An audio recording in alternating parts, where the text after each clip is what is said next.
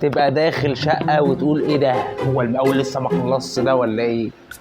لا يا حبيبي، ده هو ده الاندستريال ستايل، اللي هو الستايل الصناعي. الحيطان بتكون طوب احمر، او حتى ممكن يكون تغيير الوانها في نطاق بسيط قوي، لان الالوان اصلا بتنحصر في الستايل دوت ما بين رمادي، بني، اسود، تحس انها الوان واحد لابس بدله بس من غير قميص. الاضاءه بتكون لمبات بتاعت اديسون القديمه دي متدليه من السقف، بس بتقول لك انا عتيقه بس الدهن في العتاق. اما بالنسبه للمساحات بتكون مفتوحه لدرجه ان انت لو عطست هتلاقي المطبخ بيقول لك ارحمكم الله يا سيدي، يهديكم الله يصلح بالكم. بص، هو ستايل مش بيحاول يبقى شيك، بس هو شيك بالعافيه، بلطجي يعني. بلطجي، فكر ان انت بلطجي بلطجي بلطجي، انت فاهم؟ لو الستايل ده عجبك او عجبك ستايل تاني تحب ان احنا نتكلم عنه، الكومنتات عندك، المسجات عندك، انا عندك، كله عندك.